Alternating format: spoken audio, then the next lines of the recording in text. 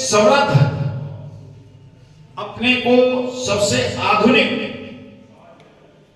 कहने वाले देश, जिनके पास में दुनिया की 80% आर्थिक ताकत है, ऐसे 20 देशों का समूह ये G20 कहलाता है। G फॉर ग्रुप, 20 फॉर 20, यानी 20 देशों का ग्रुप। इस G20 का सम्मेलन भारत के अंदर हुआ और उस G20 में पूरी दुनिया के जो 20 छटे हुए बड़े बड़े देश हैं, उनके राष्ट्राध्यक्ष आए थे और उन्होंने जब यूपीआई देखा तो वो चकित रह गए कि भारत जैसा देश भी इस तरह की चीज बना सकता है।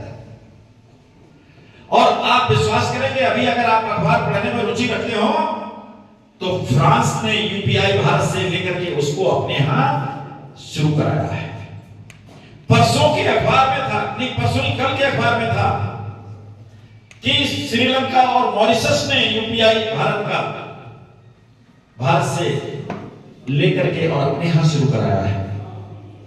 ये भारत की आर्थिक ताकत बढ़ाने वाली चीज है, भारत की धाक बढ़ाने वाली चीज है।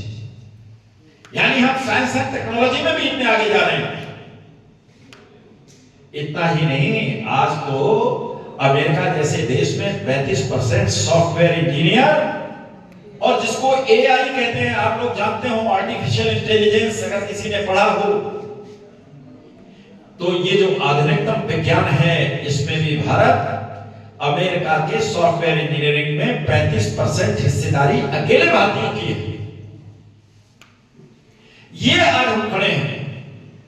एक और उदाहरण देता हूं।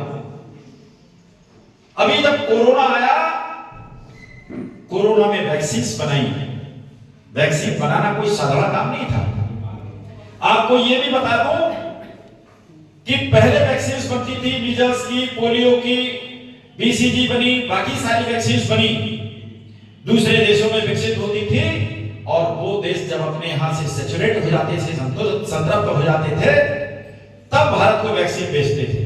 यानी बनी हुई वहां की वैक्सीन हमारे यहां 8 साल 10 साल बाद आती थी।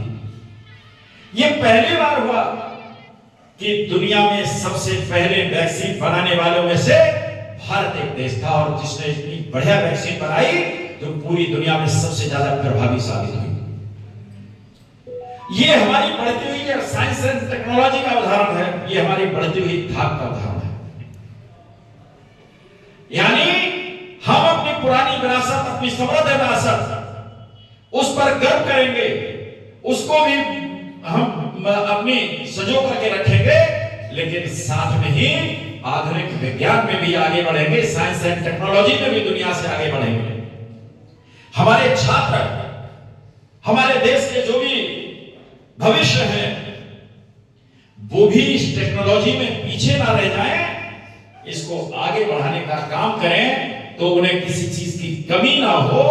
इसके लिए भारत सरकार ने यह तय किया, और खास तौर से उत्तर प्रदेश की सरकार ने तय किया कि हम अपने सारे विद्यार्थियों को ये जो आधुनिकतम उपकरण हैं, जिसको हम मोबाइल कह सकते हैं, हम लैपटॉप कह सकते हैं, हम टैबलेट कह सकते हैं, ये उनको उपलब्ध कराने का काम, जिससे इस साइंस एंड टेक्नोलॉजी के जमाने में हम भी अपने को पीछे महसूस ना करें।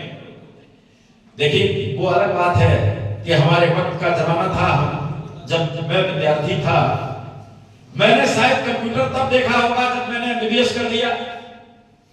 हमने पहली बार टीवी देखा था 1982 में, जब एशियाड हुआ था, तब पहली बार टीवी देखा था।